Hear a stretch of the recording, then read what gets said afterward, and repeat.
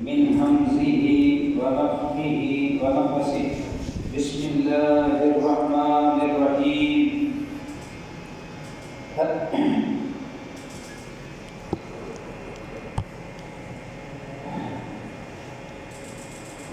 خطبہ کے پہلے حصے میں آج دعا کے متعلق کچھ باتیں عرض کرنی ہیں۔ کن لوگوں کی دعا جلدی اور زیادہ سے زیادہ قبول ہوتی ہے؟ دعا تو اللہ تعالیٰ سے ہی کرنی چاہیے۔ ادعونی، اللہ کہتے ہیں مجھ سے دعا کرو، استجب لکم، میں تمہاری پکار کا جواب دوں گا، یعنی میں تمہارا مسئلہ حل کر دوں گا۔ تو وہ کون سے خوش نصیب لوگ ہیں جن کی دعا اللہ تعالیٰ جلد قبول فرما دیتے ہیں؟ تو ان میں سے پہلا ہے کسی مسلم کی غیر موجودگی میں اس کے لیے دعا کی جائے۔ ایک بندے نے مجھے کہہ دیا ہے، اب وہ موجود نہیں ہے اور میں اس کے لیے دعا کر رہا ہوں۔ رات کو میری آنکھ کھلی ہے، میں نے دعا کر دی ہے، میں گھر میں تھا، میں نے اس کے لیے دعا کر دی ہے، اور کئی وقتوں میں اس کے لیے دعا کرتا رہتا ہوں۔ تو یہ دعا خوشامد سے پاک ہے، ریاکاری سے پاک ہے۔ تو کسی مسلمان بھائی کی غیر موجودگی میں اس کے لیے دعا کرنے والے کی دعا اللہ جلدی قبول فرما لیتے ہیں۔ روزہ دار کی دعا بھی اللہ تعالیٰ جلدی قبول فرماتے ہیں، اور خصوصاً جب افطار میں سے 5 منٹ 10 منٹ 15 منٹ باقی ہوتے ہیں، اس وقت اللہ تعالیٰ روزہ دار کی دعا بہت جلدی قبول فرماتے ہیں، کیونکہ روزہ دار 16.5 گھنٹے سے بھوکا اور پیاسا ہے۔ اب اس کے آگے رزق پڑا ہوا ہے، لیکن وہ اللہ کا حکم پورا کرنے کے انتظار کر رہا ہے۔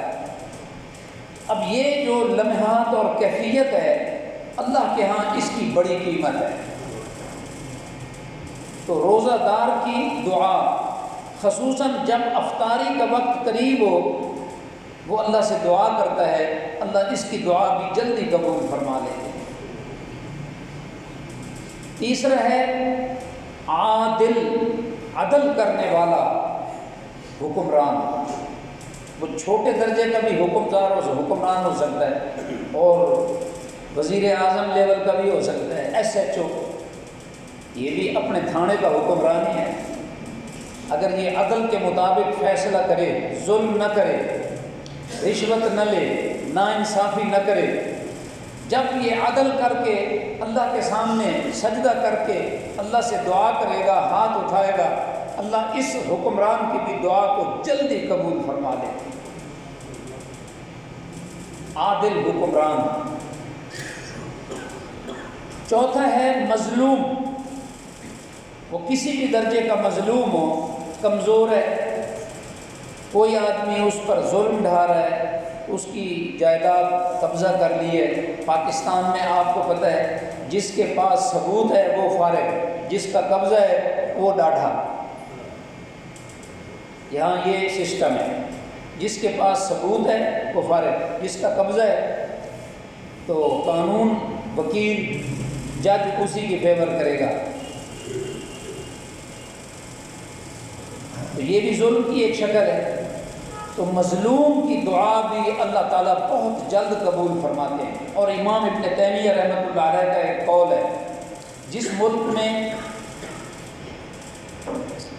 ناانصافی ہو، جس ملک میں ظلم ہوتا ہو، وہ ملک زیادہ دیر نہیں نکال سکتا۔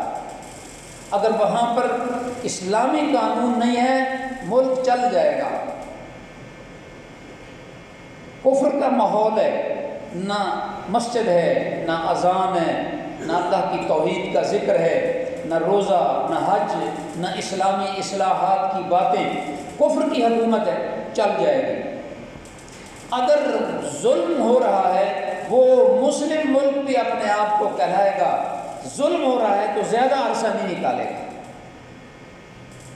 اب یہ میرے خیال میں، میرے مطالعے کے مطابق لاک ڈاؤن ہو گیا، دکانیں بند ہو گئیں، یہ 12,000 روپے غریب کو دیں گے، ٹھیک ہے، کچھ بھی نہیں ملا۔ مدینہ کی ریاست، اب جو لوگ ہمیں برا بھلا نہیں کہنے دیتے تھے وہ کہتے ہیں تم چپ رہو، ہم برا بھلا کہیں گے۔ باتیں اور عمل، اور آج بجٹ پیش ہونا ہے، اب دیکھ لینا، غریب کو کچھ نہیں ہوگا اور غریب کو ہی سارا نقصان ہوگا۔ جو مانگ لیتا ہے اس کا بھی کوئی پریشانی نہیں، جو پیسے والا ہے اس کو بھی کوئی پریشانی نہیں۔ فیکٹری والے نے گھی کا ریٹ 10 روپے بڑھا دینا ہے، زیادہ بجٹ مہنگا ہوگا وہ 20 روپے بڑھا دے، غریب نے خریدنا ہی خریدنا ہے۔ تو اونچے طبقے کے امیر کو بھی کوئی مسئلہ نہیں، مانگ کے کھا لینے والے کو بھی کوئی مسئلہ نہیں۔ وہ جو عزت بچانے کے لیے حیا کے چکر میں سفید پوش ہے، رگڑا ہو جاتا ہے، وہ مارا جاتا ہے۔ تو مظلوم کی دعا اللہ بہت جلدی سنتے ہیں، کیونکہ مظلوم کی دعا میں اور اللہ کے عرش کے درمیان کوئی پردہ اور رکاوٹ نہیں ہوتی، ڈائریکٹ جاتی ہے۔ اللہ کے رسول نے فرمایا مظلوم کی بد دعا سے بچو، فَإِنَّهُ بَيْنَهُ بَيْنَ اللَّهِ وَبَيْنَهُ حجاب، اللہ اور مظلوم کی بد دعا کے درمیان کوئی رکاوٹ، پردہ، حجاب نہیں ہے۔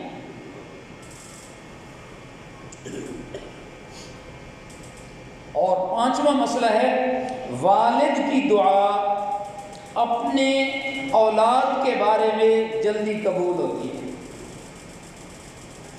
والد کی دعا برائے اولاد جلدی قبول ہوتی ہے۔ ابراہیم علیہ السلام دعا کر رہے ہیں اور انبیاء دعا کر رہے ہیں، اپنی اولاد کے لیے کر رہے ہیں۔ تو والدین کو بچوں کی خوش بختی کے لیے، ان کی صحت کے لیے، ان کے اچھے پاکیزہ روزگار کے لیے اور ان کی جو پاکیزہ زندگی کے لیے، روحانی اور دینی زندگی کے لیے اللہ سے دعائیں بھی کرنی چاہیے اور ساتھ تربیت اور ماحول بھی دینا چاہیے۔ مثلا میں جھوٹ بولوں گا تو میرا بیٹا بھی بولے گا، میں سگریٹ پیوں گا تو میری اولاد بھی پیے گی، میں نااہل نکما کبوتر باز ہوں گا تو میری اولاد بھی کبوتر باز اور ککڑ باز بن جائے گی، میں بے نماز ہوں اولاد بھی بے نماز ہے، میں داڑھی منڈا ہوں اولاد بھی وہی کام کرے گی۔ تو والد کی دعا اپنی اولاد کے حق میں، کیونکہ وہ شفقت سے اور لالچ کے بغیر دعا کر رہا ہوتا ہے۔ ماں باپ کی دعا جتنی اخلاص سے بھری ہوئی ہوتی ہے اتنا اخلاص کسی اور کی دعا میں نہیں ہوتا ہے۔ تو والد کو اور والدہ کو اپنی اولاد کے بارے میں دعا کرنی چاہیے، یہ دعا بھی جلدی قبول ہوتی ہے۔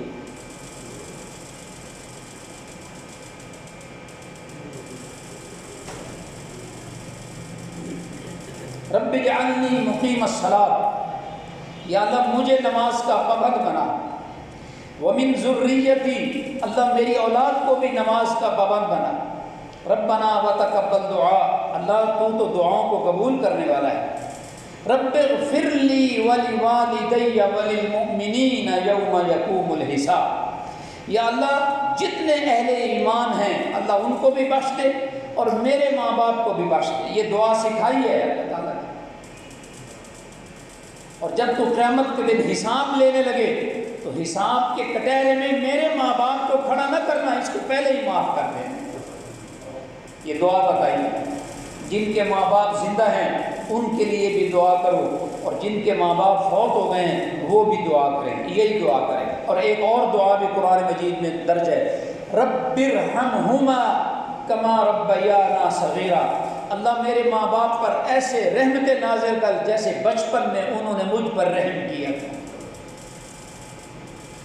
اب ماں باپ کے رحم کا ایک منظر کشی دیکھیں، بچے کو بخار ہے، بچے کو الٹیاں ہیں، بچے کو نزلہ ہے، بچے کو جھٹکے لگ رہے ہیں، اس کو نمونیا ہو گیا ہے، اب اسی بیماری کو کرونا کے کھاتے میں ڈال رہے ہیں، ورنہ پہلے یہی فلو تھا، اس کو فیور کہتے تھے، بخار ہے جی، نزلہ ہے، زکام ہے، سانس کی تکلیف ہے۔ اللہ اکبر، ماں باپ کے لک میں گر جاتے تھے، وہ فنکشن شادی حال میں جانا معطل کر دیتے تھے، منسوخ کر دیتے تھے، یہ بچہ بیمار ہے۔ اور رونق مجلسیں، ان میں کوئی رونق محسوس نہیں ہوتی تھی جب تک بچہ صحت مند نہ ہو جائے۔ یہ ماں باپ کی شفقت ہے۔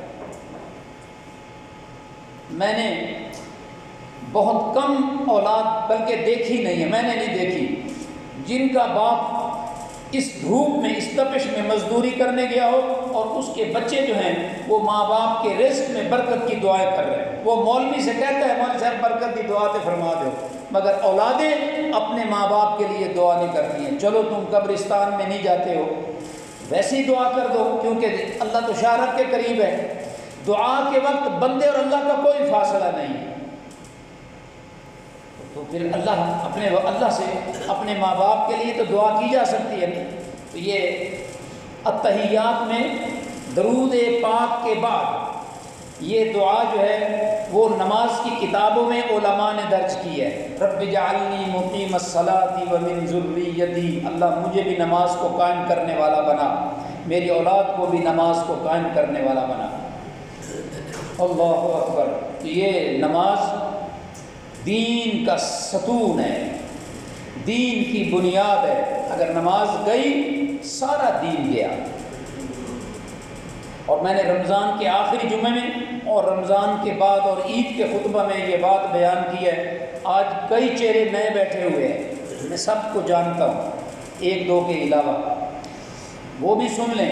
اگر صبح کی نماز قضا ہو گئی، پہلے تو اس کا مسئلہ یہ ہے کہ جب بھی آنکھ کھلے طہارت استنجا کے بعد وضو کریں اور پہلا کام نماز کا کریں، اس نماز کی قضا دیں اور پوری قضا دیں، پوری قضا دیں، سنتے بھی پڑھیں اور فرض بھی پڑھیں۔ اور اب چونکہ میری کوتاہی سے نماز قضا ہو گئی ہے، الارم ہے، موبائل اطلاع دیتا ہے، بہت فکس ٹائم پر الارم بج جاتا ہے، تب بھی میں نہیں اٹھا، تو میرے اوپر شیطان کا غلبہ ہو گیا ہے۔ تو مجھے فرض نماز جو میری قضا ہو گئی ہے، میں خاموشی سے زور پڑھ کے چلا گیا ہوں، بھائی پہلے توبہ کی ہے اللہ سے، کیونکہ کفر کا کام ہو گیا تھا۔ حدیث سنیں، من ترک الصلاۃ متعمدا فقد کفر، جس نے جان بوجھ کر ایک نماز چھوڑ دی وہ کفر کی حد میں داخل ہو گیا۔ تو پہلے کفر سے واپس اسلام کی حد میں لوٹنے کے لیے اللہ سے معافی مانگنی ہوگی۔ پچھلا معاملہ تو کلیئر کرو، پچھلا کلیئر نہیں ہوا، زور پڑھ لی، عصر پڑھ لی، مغرب پڑھ لی، عشاء پھر چھوڑ دی، یہ اپنی مرضی ہے نا۔ شرعی تقاضوں والی زندگی گزارو۔ اللہ تعالیٰ کے رسول نے فرمایا عشاء جلدی سو جاؤ عشاء پڑھ کے، تاکہ آپ کی آنکھ صبح نماز کے لیے جلدی کھل جائے۔ یہ جو موبائل کی اسکرین کی چمک ہے نا، اور یہ جو ٹھنڈی ذائقے والی مزاج والی غذائیں کھا رہے ہو، اس سے 12 آنے قوم کی نیند ہی اڑی ہوئی ہے، نیند ہی پوری نہیں ہوتی۔ پہلے تو دیر تک نیند نہیں آتی۔ یہ جو 40 سال سے اوپر کے لوگ ہیں نا، یہ ان کا یہ مسئلہ ہے، پہلے نیند نہیں آتی، اور اگر نیند 2:30 بجے جا کے آ جائے، بلی چھت پر جمپ لگائے آنکھ کھل جاتی، پھر ساری رات نیند نہیں آتی۔ میرے ایک ساتھی تھے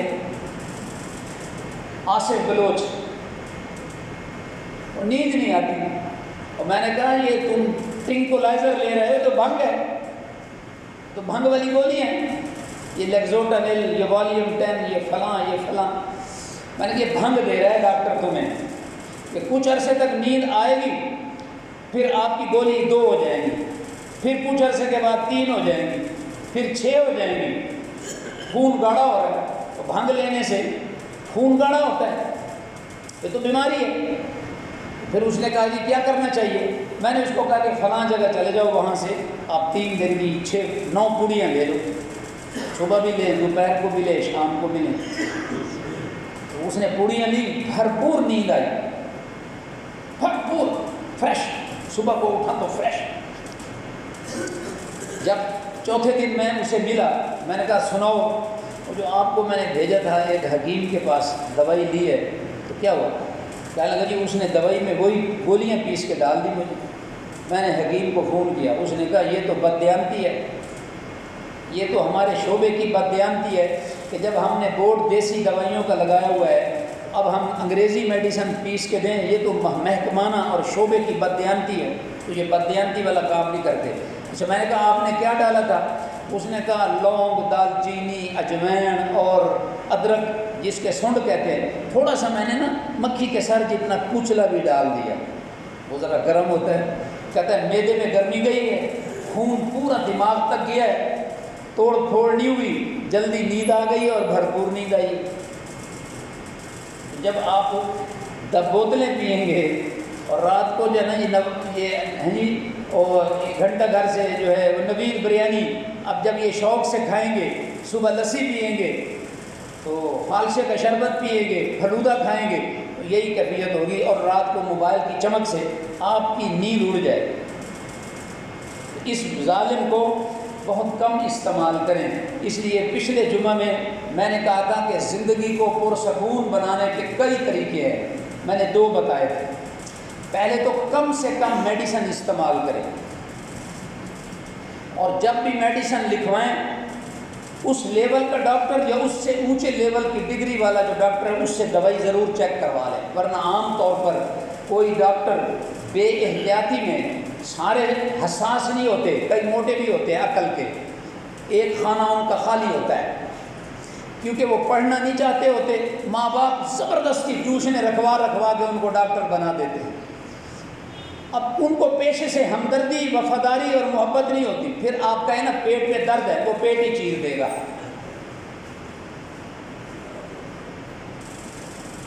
معمولی سا درد بتائیں گے وہ آپریشن کی طرف لے جائے گا، پیٹ ہی چیر دو۔ یہ 2 انجیکشن بیک وقت نہ لگوائیں، آج ایک کل اور۔ زندگی کو آسان پرسکون بنانا ہے تو یہ کام کریں۔ پھر میں نے آپ کو مثال دی تھی کہ ایک باپ نے 10 سی سی پورا امپیول خرید لیا اور روزانہ 1 سی سی لگنا تھا۔ نرس بیچاری موٹی عقل کی، اس نے پوری امپیول میں سے میڈیسن سرنج میں بھری اور بچے کو ٹھوک دی۔ وہ دوائی زیادہ مقدار میں چلی گئی، ریئیکشن سے بچہ ہی فوت ہو گیا۔ تو میڈیسن کا کم سے کم استعمال کریں، رات کو ہلکی غذا کھائیں، جلدی سو جائیں، صبح واک کریں تاکہ آپ کے معدے کی انتڑیوں کی حرکت سے جو فضول گیسز ہیں وہ خارج ہو جائیں اور آپ کی زندگی مزیدار ہو جائے گی۔ ایک میں نے یہ بات آپ کو میڈیسن کے حوالے سے بتائی، اور ایک بات دوہرا رہا ہوں اس کو بھی کہ زندگی کو پرسکون بنانا ہے، 1 موبائل، 1 بیوی اور 1 مشکل کشا، بس۔ موبائل جن کے 4 ہوتے ہیں، ہمارے وہ ایک میتلا صاحب تھے، نذیر میتلا، یہاں پی ٹی سی ایل میں ملازم تھے، اس کو کئی محکموں میں، کئی فیکٹریوں میں منیجر بلا لیتے تھے نمبر ملانے کے لیے، اس کی سپیڈ تھی اور اسے نمبر بھی یاد ہوتے تھے۔ اب یہ بروکر ہے، کاٹن بیچنے والا، خریدنے والا، 6 موبائل پڑے ہوئے ہیں اور 1 منٹ میں کم از کم 60 بیلیں بج رہی ہیں، 60 اس کی، 60 اس کی، 60 اس کی، 60 اس کی، چھکم 36 بیلیں 1 منٹ کے اندر۔ تو بندہ پاگل ہو جائے گا کہ نہیں ہوگا؟ یہ زندگی میں سکون ہے؟ 1 موبائل، بس 1 بیوی۔ اب میں نے جب یہ بات یہاں کی ہے، یہی بات میں نے ایک اور مسجد میں بھی جا کے کر دی۔ تو پہلے عقل کو استعمال کیا جائے، پھر زبان کو استعمال کیا جائے۔ ایک بندہ آ گیا، اس نے کہا جی اللہ تعالیٰ کہتا ہے 4 بیویاں کرو۔ میں نے کہا میں نے 4 بیوی سے منع کیا ہے، میں نے درس میں روکا ہے، مخالفت کی ہے میں نے۔ اور بھائی اگر عدل کر سکتے ہو تو 4 کر لو۔ میں نے تو یہ کہا ہے کہ 1 بیوی سے سکون زیادہ ہوگا۔ اولاد میں حرص، حسد، کینہ، بغض، عداوت، لالچ، طمع، یہ جو گندی بیماریاں ہیں، یہ ساری ماؤں کی وجہ سے اور پہانچ کی وجہ سے اولاد میں بیماریاں پڑ جائیں گی۔ تو باپ کی زندگی سکون میں ہوگی یا بے سکون ہو جائے گی؟ اور جن کی دولت زیادہ ہے ان کے بچے کھڑے 1 کروڑ کا جوا لگا دیتے ہیں۔ کرکٹ میچ میں ایک بال پر کروڑ کا چوہا، کھڑے کھڑے کروڑ روپے کی تجارو جوئے میں چلی گئی۔ ایسے والدین بھی کبھی سکون کی زندگی نہیں گزار سکتے۔ یہ ملک پاکستان ہے، یہاں کسی وقت کچھ بھی ہو سکتا ہے کسی بندے سے۔ نواز شریف کا حال دیکھ لیں، پرویز مشرف کا حال دیکھ لیں، صدر ایوب کا حال دیکھ لیں، فاطمہ جناح کا حال دیکھ لیں، نواز شریف جیل میں چلا گیا ہے، حال دیکھ لیں۔ جو لوگوں کو جج بن کر انصاف دیتے تھے وہ پھیلے اٹھا کے عدالت میں کٹہرے میں گئے کھڑے۔ یہ ملک ہے نا، جو بندہ ان نون ہے، شہرت یافتہ نہیں ہے، اس کو کوئی مسئلہ نہیں ہے۔ جو پیسے والا ہے اور شہرت والا ہے، اس کے لیے پرابلم ہے کہ کسی وقت کچھ بھی اس کے ساتھ ہو جائے۔ اس لیے آپ اپنی انکم کا فول سٹاپ بھی رکھیں، بھی مرنا ہے چھوڑ کے چلے جانا ہے۔ ایسا نہ ہو کہ آپ کے بارے میں یہ فکر فٹ ہو جائے کہ یہ کمانے اور جوڑنے کے لیے آیا تھا، اجاڑنے اور برباد کرنے کے لیے اور بندے ہیں۔ میری دولت اپنا ایک پوائنٹ رکھ لے کہ بس یہاں تک جانا ہے اور پھر ختم، پر اسی کو کھاؤ اور پھر اللہ کا ذکر کرو، عبادتیں کرو، اللہ کے راستے میں دو، صدقہ خیرات کرو، آخرت بناؤ۔ یہ ایک مزاج بناؤ، قارون نہیں بننا، قارون نہیں بننا ہے، آتا جائے آتا جائے آتا جائے آتا جائے۔ ایک لیمٹ رکھ لو بھائی یار بس میری 60 سالہ 70 سالہ زندگی کے لیے بس اتنا کافی ہے۔ یورپ کے لوگ میٹرک تک بچے کی دیکھ بھال خرچہ کرتے ہیں، پھر کہتے ہیں جاؤ بھائی جاؤ جاؤ۔ اور پاکستان میں ہم بیٹوں کے لیے بھی میٹر بجلی کے اور پوتوں کے لیے بھی بجلی کے میٹر لگوا کے جاتے ہیں، جیسی مر جائیے انہوں نے کوئی پریشانی نہ ہو۔ بھائی وہ آدمی اللہ نے تمہیں 4 ہاتھ 2 پاؤں 2 ہاتھ دیے تھے، ان کو بھی 2 پاؤں 2 ہاتھ اور عقل دی ہے، کچھ وہ بھی کر لیں گے ہاتھ۔ اللہ اکبر۔ تو بھائیو جو بچے غریب ہوتے ہیں ان میں ٹیلنٹ زیادہ ہوتا ہے، اور جو بچے امیر ہوتے ہیں نا وہ کروڑ روپے کا چوہا ایک بال پر ہار جاتے ہیں۔ بالکل یہ اولادیں شیشے والا حقہ پیتے ہیں، پھر حقہ نااہل ہوتے ہیں، آوارہ ذہن ہوتے ہیں، کوئی خوبی کوئی صلاحیت نہیں ہوتی، اور وہ شیشہ پیتے ہیں بس۔ اس لیے ایک موبائل شیخ صاحب، ایک بیوی اور ایک مشکل کشا۔ مشکل کشا زیادہ ہوں گے نا، یہاں سے آپ نے دعائیں کی، قبر پر گئے، کام نہیں بنا، اچھا ٹو اینو ہن ایدی نیاز دیو، ہن ایدے ناں دا بکرا دیو، ہن ایدے ناں دا چھترا دیو، ہن ایدے ناں دا ککڑ دیو، ہن ایدے ناں دا دھمال پاؤ، ہن ایدے ناں دی چادر چڑھاؤ۔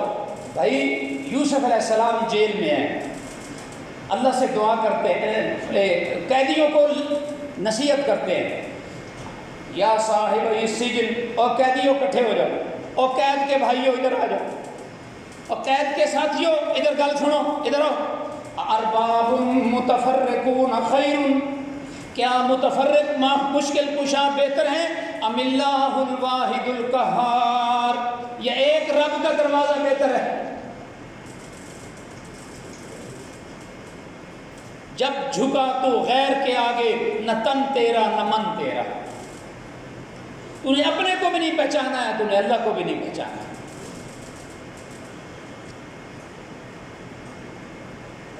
تم اسے انسان سمجھتے ہو، انہم الا کالانعام بل ہم اضل، یہ تو جانوروں سے بھی گئے گزرے۔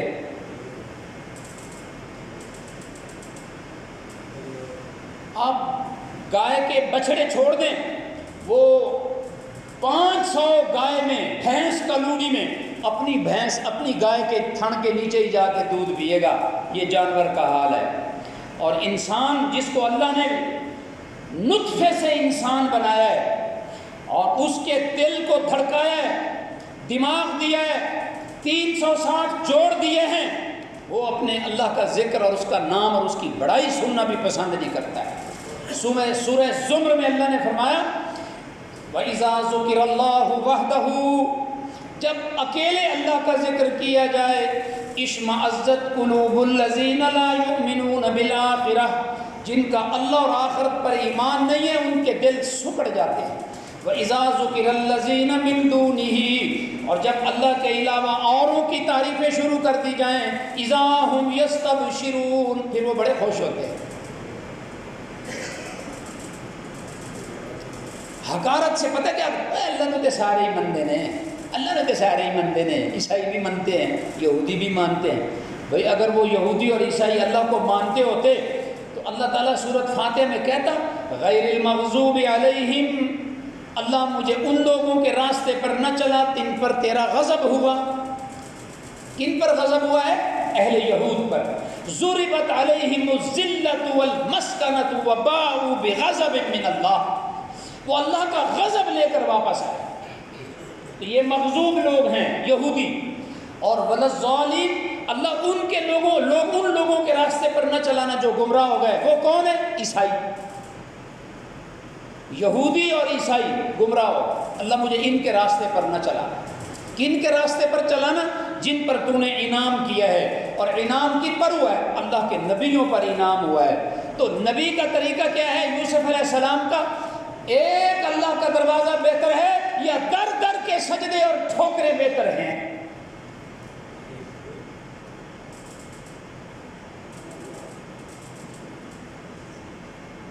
ہمارے ہمسائے حضرت علی رضی اللہ تعالیٰ عنہ کو مومن کامل مشکل کشا کہتے ہیں.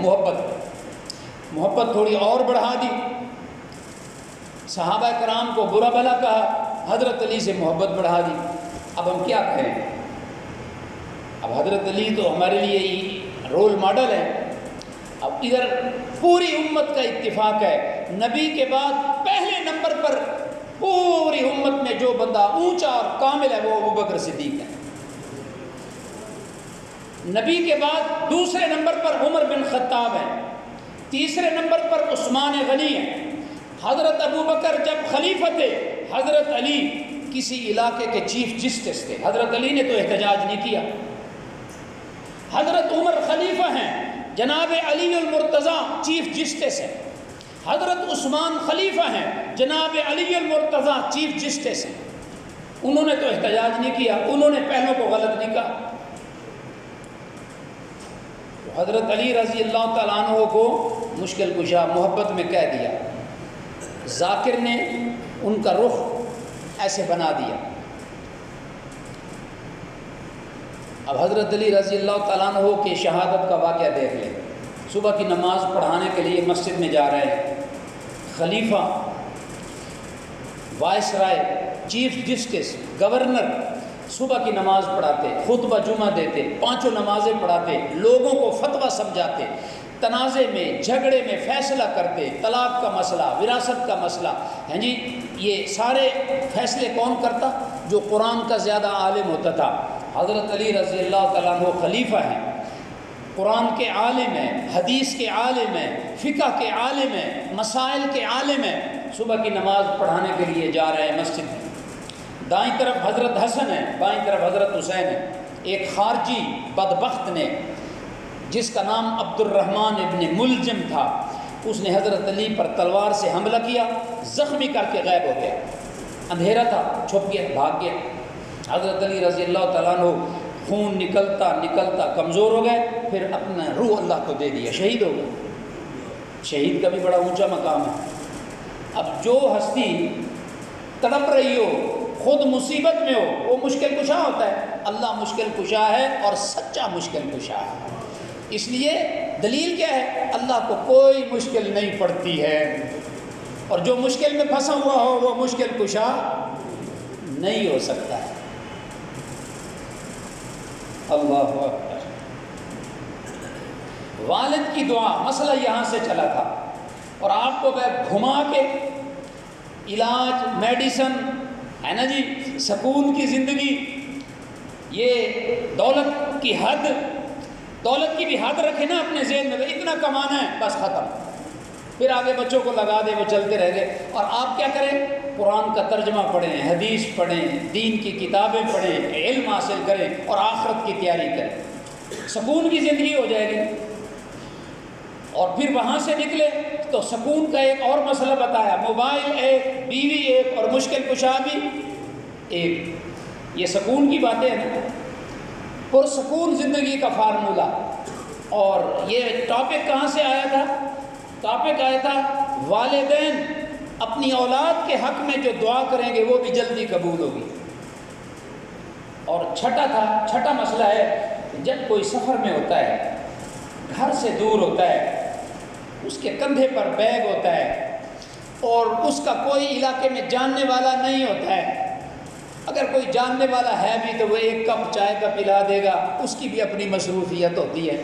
اب یہ اڈے پر کھڑا ہے، بس کا انتظار کرتا ہے، ٹکٹ لے کے جناب اعلیٰ بیٹھا ہوا ہے نا جی، شیڈ کے نیچے کہ جی گاڑی آدھا گھنٹہ چلنے میں باقی ہے۔ یہ مسافر بھی جب دعا کرتا ہے اللہ کو اس پر رحم اور ترس آتا ہے، اس کی بھی دعا اللہ جلدی قبول فرماتے ہیں۔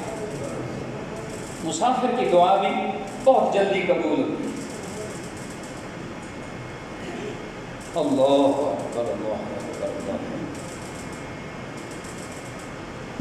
بس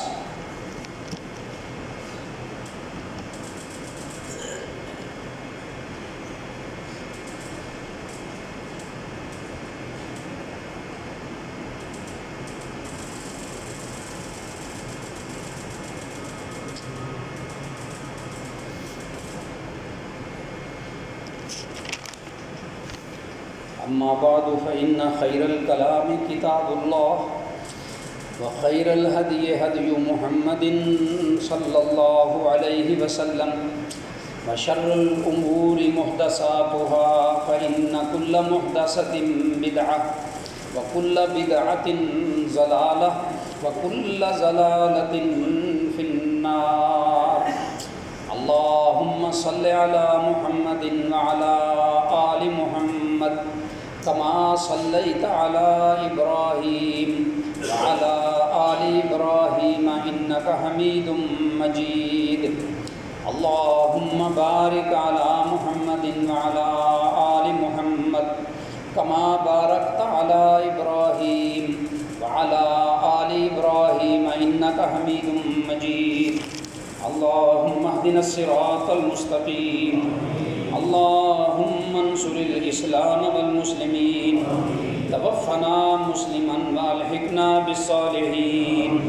اللهم إنا نسألك الجنة الفردوس ونعوذ بك من النار، توفنا مسلما والحقنا بالصالحين۔ اللهم إنا نسألك الجنة الفردوس، اللهم اشف مرضنا ومرض المسلمین۔ یا اللہ نعمتوں کے چھن جانے سے ہمیں محفوظ فرما۔ یا اللہ اگر ہمارے مقدر میں سوء لکھا ہے تو اللہ اس کو سوء کو احسن میں تبدیل فرما دے۔ قضائے سوء کو قضائے احسن میں تبدیل فرما دے۔ اللہ تیرا کوئی ہاتھ پکڑنے والا نہیں ہے۔ یا اللہ پریشانیاں دور فرما، ہمارے بیماروں کو صحت کاملہ عطا فرما۔ اللہ جو مومن فوت ہو گئے ہیں، ہمارے والدین فوت ہو گئے ہیں، اللہ رشتہ دار اقربا عزیز فوت ہو گئے، اللہ جماعتی ساتھی فوت ہو گئے، اللہ ان تمام موحدین کو جنت عطا فرما۔ یا اللہ حرمین کی رونقیں دوبارہ بحال فرما دے۔ یا اللہ برکت والا رزق عطا فرما۔ یا اللہ خاتمہ ہمارا ایمان پر فرما دینا۔ یا اللہ قرآن مجید کو ہمارے دل کی بہار بنا دینا۔ ایک مسئلہ پچھلے جمعے میں نے بیان کیا تھا، آج اس کو پھر تازہ کر رہا ہوں، اور اس کے ساتھ ایک بات آپ کو جوڑ کر آپ سے دعا کروانا چاہتا ہوں۔ اور وہ مسئلہ یہ ہے کہ یہ ممبر تو رسول اللہ صلی اللہ علیہ وسلم کا ممبر ہے، لیکن اس پر مسلک کی جو باتیں بیان ہوتی ہیں وہ کتاب و سنت کی روشنی میں اہل حدیث مسلک کی باتیں بیان ہوتی ہیں۔ مجھے 38 سال جمعہ پڑھاتے ہو گئے ہیں، میں نے کبھی بھی اہل حدیث کی رٹ نہیں لگائی۔ کبھی لگائی ہے آپ؟ کیسٹ بھری ہوئی ہے، میں نے نہیں لگائی۔ ہماری خوبی سمجھ لیں یا ہماری مسلک کی خامی سمجھ لیں، یہ اچھائی ہے یا کمزوری ہے، جو مرضی آپ سمجھ لیں۔ وہ یہ ہے کہ ہم کسی بندے کی بات سنتے ہیں تو اس سے کہتے ہیں سر یہ کتنے لکھے ہے، دلیل کہاں ہے؟ یہ مسئلہ قرآن مجید میں موجود ہے۔ پھر قرآن میں سے تو تم دکھا دو گے، مگر فہم صحابہ والا ہے، ابو بکر و عمر والا ہے، یا یہ آغا خانیوں والا فہم ہے، قادیانیوں والا ترجمہ اور حاشیہ ہے؟ یہ ہماری خامی سمجھ لیں یا خوبی سمجھ لیں، ہم دلیل ضرور مانگتے ہیں، اگر وہ دلیل دے دے تو شرح صدر آمنا و صدقنا، اگر وہ دلیل نہ دے تو وہ اپنا بھی ہو ہم اس کی بات چھوڑ دیتے ہیں، اپنا بھی ہو بےزتی نہیں کرتے، عالم کی بےزتی نہیں کرتے، لیکن اس کی بات بھی قبول نہیں کرتے ہیں، خواہ اس بندے کا قد کاٹ، رتبہ، نام، شہرت، ڈگریاں اور مدرسہ اور گدی کتنی بھی بڑی ہو۔ ہمارے ہاں جو چیز ویلڈ ہے اور جو چیز معیاری ہے وہ ہے دلیل، اور امام مالک کا ایک قول یاد رکھیں، یہ کروڑوں روپے سے زیادہ قیمتی جملہ بول رہا ہوں، سند دین ہے۔ کس نے کہا ہے؟ امام مالک رحمۃ اللہ علیہ نے۔ کیا کہا ہے آصف؟ سند دین ہے۔ یہ بندہ جو بات کر رہا ہے کہاں بھی دلیل کیا ہے؟ پھر اس بندے کا کیمپ کون سا ہے؟ اب مثلا ہمارے اہل سنت کے اندر سے ایک عالم ہے مولانا طارق جمیل صاحب، بہت اچھے عالم ہیں، اہل سنت عالم ہیں، رافضی نہیں ہے، خارجی نہیں ہے، جہمیہ، قدریہ، معتزلہ نہیں ہے، مگر کیمپ کون سا ہے ان کا؟ وہ ہے کہ ضعیف ترین روایتیں وہ چھوڑتے جاتے ہیں، حتیٰ کہ کراچی میں ظر ولی خان جیسے مفتی نے ان کو تنقید کے نشانے پر رکھتے ہوئے کہا کہ یہ اچھا عالم ہے، جب یہ مسئلہ بیان کرے تو سند کے حوالے سے بیان کرے، کچی پکی بات بیان کرنا عالم کو زیب نہیں دیتا ہے۔ یہ ظر ولی خان نے تنقید کی ہے، اور علماء نے بھی تنقید کی ہے، بہت علماء نے تنقید کی ہے جب وہ کمزور باتیں بیان کرتے ہیں۔ ہمارا کوئی بندہ کمزور بات بیان کرے ہم اس سے دلیل مانگتے ہیں۔ ایک اسی مسئلے پر ایک بندے نے کیمپ ہی چینج کر لیا، اس نے کہا جی یہ تو ہر فرقے میں ہوتا ہے، ہر عوام اپنے مولوی کی تائید کر دیتی ہے، وہ حق پر ہو یا نہ حق ہو۔ میں نے کہا ہمارے اندر ایسا مسئلہ نہیں ہے۔ کہتا ہے مجھے سمجھاؤ۔ میں نے کہا ہمارے ایک عالم ہے مولانا صادق سیال کوٹی، انہوں نے کتاب لکھی صلاۃ الرسول۔ اب ضعیف ترین روایت انہوں نے لکھ دی کہ جب بندہ دعا مانگے تو ہاتھ منہ پر پھیر لے، یہ روایت اتنی ضعیف ہے جس کی حد نہیں، دارمی کی روایت ہے۔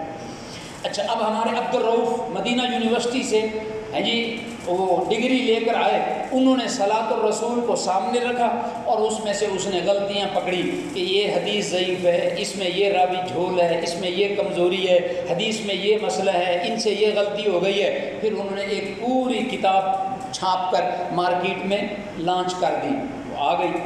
ہم مولانا صادق سیال کوٹی صاحب کی عزت کرتے ہیں، ان کی کتاب کتب خانے میں کوئی خریدتا ہی نہیں ہے، اب اس کی جگہ پر اور کتاب آ گئی ہے، اور وہ ہے ڈاکٹر شفیق الرحمان کی کتاب، اور ایک اور عالم ہے، ابھی مجھے ان کا نام پیچھے چلا گیا ہے، ذہن میں بھول گیا ہے، ہاں جی، اب وہ کتاب مارکیٹ میں بک رہی ہے، اور میں نے وہ کتاب یہاں مسجد میں بھی بیچی ہے۔ دیکھو عالم ہمارا ہے، اس نے کتاب لکھی ہے، ایک چھوٹا بچہ جو مدینہ یونیورسٹی سے پڑھ کے آیا ہے، نوجوان ہے، وہ بزرگ ہیں، ہم نے بزرگ کی بات کو سائڈ پر کر دیا ہے، چھوٹے بچے نوجوان کی بات مان لی ہے، کیونکہ وہ دلیل سے کتاب لکھ کر ثابت کر گیا ہے کہ حدیث کمزور تھی، مسئلہ کمزور ہے، سند کمزور ہے، خواہ عالم بڑا ہے، عمر بڑی ہے، مگر حدیث کمزور ہے۔ ہم نے چھوٹے مدینہ یونیورسٹی کے عبد الرؤف کی کتاب کو اہمیت دی، صادق سیال کوٹی کی کتاب کو سائڈ پر کر دیا۔ جب یہ دلیل پیش کی اس نوجوان کو، مسئلہ دکھا دیا اس سے بھی اور اس سے بھی، تو اس نے کہا واقعی ٹھیک ہے، اس نے کہا آج سے میں بھی اپنے آپ کو آپ کے کیمپ کا ممبر شامل کرتا ہوں۔ یہ خوبی اللہ نے ہمیں دی ہے۔ اور میرے ایک استاد تھے پروفیسر حافظ محمد عبداللہ بہاول پوری صاحب، واللہ ان کو بخشے، وہ کہتے تھے کہ ضعیف حدیثوں کو اللہ تعالیٰ نے ان کے ذمہ لگا دی ہے، صحیح حدیثوں کو اللہ نے ہمارے ذمہ لگا دی۔ ان کی قسمت میں من گھڑت موضوع اور ضعیف حدیثیں، ہماری قسمت میں بخاری مسلم صحیح حدیثیں۔ اور جو میں نے یہ بات کی ہے علماء کے حوالے سے، اب آخری جو بات کرنا تھا وہ یہ تھا کہ اسی 15 دن کے اندر 12 علماء اپنی جماعت کے فوت ہو گئے۔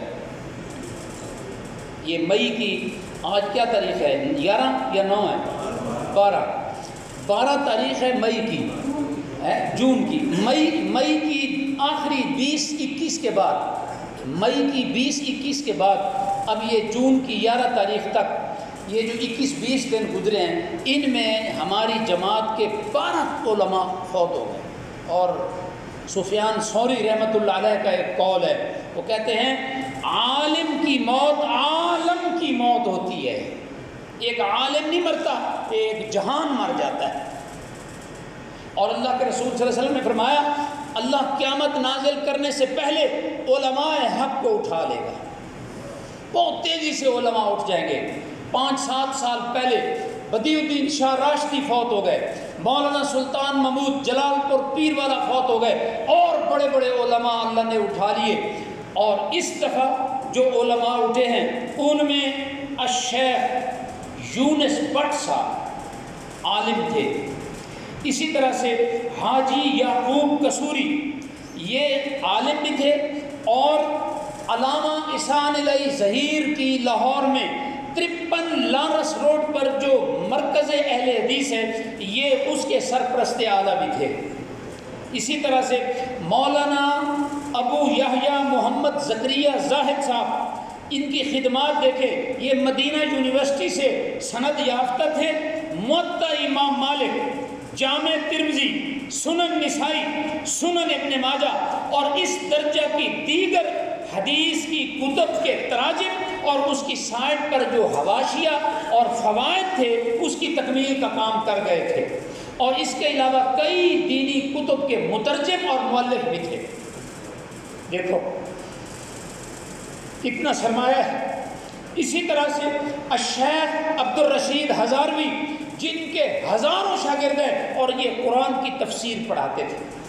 اسی طرح سے مولانا عبد الرحمن لدھیانوی، قاری یحییٰ رسول نگری، یہ مرکز ابن قاسم میں قاری عطا اللہ صاحب ہیں، یہ اسی کے شاگرد ہیں. اسی طرح سے جو پورے ورلڈ میں قرت کے شیلڈ اور جیت کے آتے ہیں مقابلہ، وہ ہماری جماعت کے لاہور کے ساتھی ہیں، درمیانہ سا قد ہے ان کا، عبدالسلام عزیزی، یہ یحییٰ رسول نگری کے شاگرد تھے. ہزاروں قاری قرآن کے، 7 قرتوں میں قرآن پڑھنے کا فن انہوں نے ہزاروں شاگردوں کو تیار کیا. یحییٰ رسول نگری سہیوال کے تھے، وہ فوت ہو گئے ہیں. اور اسی طرح سے مولانا انعام الحق، حاجی محمد ثناء اللہ خان، الشیخ عبد الحمید ہزاروی، اور یہ میں نے آپ کو 10 کے قریب نام بتائے ہیں، 9 کے قریب. 3 اس کے علاوہ اور بھی ہیں جن کا نام ابھی مجھے معلوم نہیں ہوا ہے. یہ علماء 1 درجن سے زیادہ فوت ہو گئے ہیں. اللہ کے رسول نے کیا فرمایا تھا؟ فرمایا عالم موت مرتا ہے تو اس سے علم مرتا ہے. یہ علماء اللہ کی شناخت کرواتے ہیں، یہ علماء دین حق بتاتے ہیں، یہ علماء دینی اصلاحات تمہیں بتاتے ہیں. استخارہ یہ دینی اصطلاح ہے. اسی طرح سے اعتکاف یہ دینی اصطلاح ہے. طلاق مغلظہ، وہ طلاق کی کئی قسمیں ہیں، یہ کون سی قسم کی طلاق ہے؟ یہ ساری باتیں جو ہیں وہ کون سمجھاتے ہیں؟ علماء بتاتے ہیں. اس لیے علماء کی قدر کے ساتھ ساتھ عزت بھی کریں. علماء کی عزت کرنے کا فن سیکھیں، علماء کی عزت کرنے کا فن سیکھیں. یہ نقطہ آپ ذہن میں رکھیں. کیوں؟ یہ علماء آپ کو اللہ کا تعارف کرواتے ہیں، یہ آپ کو رسول اللہ صلی اللہ علیہ وسلم کا تعارف کرواتے ہیں، یہ آپ کو صحابہ کرام کا تعارف کرواتے ہیں، یہ آپ کو سیرت رسول بتاتے ہیں، یہ آپ کو اللہ کی توحید بتاتے ہیں، بدعت اور سنت میں تمیز بتاتے ہیں، حلال اور حرام بتاتے ہیں، پاکی اور پلیتی بتاتے ہیں. ابھی آپ دیکھ لیں اسلام کی یہ باتیں، جو بندہ مسلمان ہوگا 5-6 دفعہ وضو کرے گا، ہاتھ دھوئے گا، جتنے وائرس ہیں وہ دھل گئے، پھر لیٹرین جا کے جب باہر آئے گا وضو کرے گا، ہاتھ دھوئے گا، جب کھانا کھائے گا ہاتھ دھوئے گا، جب کھا لے گا پھر ہاتھ دھوئے گا. اسی طرح سے کوئی پھل کھائے گا ہاتھ دھوئے گا، پھل کھا لے گا پھر ہاتھ دھوئے گا. 20 دفعہ ہاتھ دھونا اسلام بتا رہا ہے۔ اب آپ موبائل پر کسی کو بیل کرتے ہیں، فوراً کرونا کی رنگ ٹون چلنا شروع ہو جاتی ہے، یہ وائرس جان لیوا ہو سکتا ہے، بڑا خطرناک ہو سکتا ہے۔ ایک بندے کو میں نے کہا کیبل کٹوا دے، اس نے کہا یار اللہ کی قسم تو نے کمال کا مشورہ دیا ہے، بیوی بیمار، میں بیمار، بچہ بیمار، میں نے کہا یہ فیس بک جو ہے اس کو ڈیلیٹ کر دو، یہ آپشن ہی ختم ہو جائے۔ جب یہ ختم ہو جائے گا کوئی بیماری نہیں ہوگی، یہ تو سن کے تم بے بارہ پاگل ہو جاؤ گے، تمہیں جو ہے وہ اپنے دماغ کا علاج کروانا پڑے گا۔ تو یہ ہمارا میڈیا جو ہے وہ اسلام سے جوڑ کر بات نہیں کرتا ہے، وہ سیکولر لہجے میں بات کرتا ہے، بے دین لہجے میں بات کرتا ہے۔ تو بھائی یہ باتیں اللہ کے نبی صلی اللہ علیہ وسلم بتا گئے اور علماء آپ کو بتاتے ہیں، اس لیے علماء اللہ کی پہچان، اللہ کی شناخت، اللہ کی معرفت کراتے ہیں۔ علماء کو عام بندے کی طرح ٹریٹ نہیں کرنا ہے، اس کو اعلیٰ درجے میں ٹریٹ کرنا ہے، عزت کرنی ہے اور اس کی قدر کرنی ہے۔ سبحان ربک رب العزت عما یصفون وسلام علی المرسلین والحمد للہ رب العالمین۔